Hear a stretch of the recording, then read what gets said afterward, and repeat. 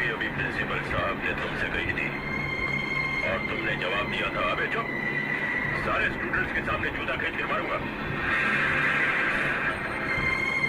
अब बताओ तुम्हारे कितने बाप हैं? एक। उसी तरह इस इलाके में सारे बदमाशों का एक ही बाप है, नागेश्वर। लेकिन मेरी एक बात याद रखना बेटे, तुम्हारी उम्र मेरे तजुर्बे से बहुत कम है। तुमने उतनी दिवालियां नहीं देखी है जितनी मैंने तुम जैसे बिकने वालों की बर्बादियां देखी है।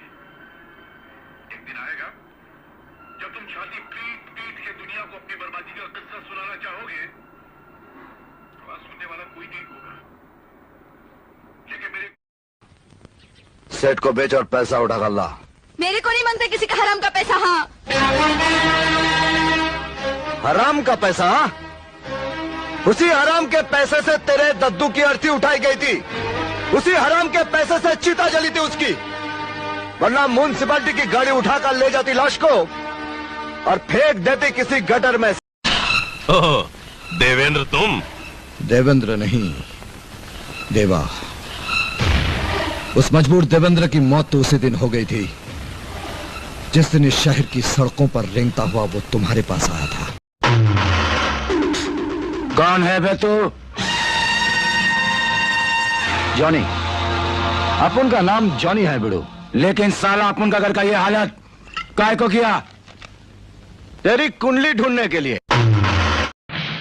मैं बाहर धमकी देकर आया हूं कि जो आदमी पहले अंदर आएगा मैं उसकी टांगे तोड़ दूंगा। यहां पे क्यों आया है? आपसे ये पूछने कि आपने नटवर का खून क्यों करवाया?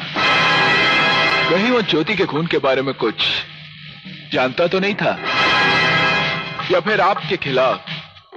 काजल, मैं जानता हूं कि तुम सिर्फ मुझसे प्यार करती हो, सिर्फ मुझसे। मैं तुम्हारे बगैर जिंदा नहीं रह सकता। Don't touch me.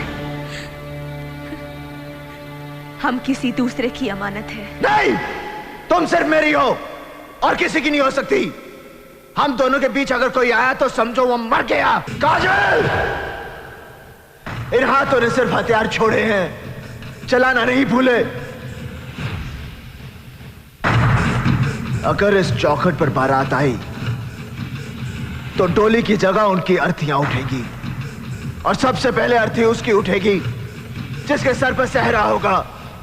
लाशें बिछा दूंगा, लाशें।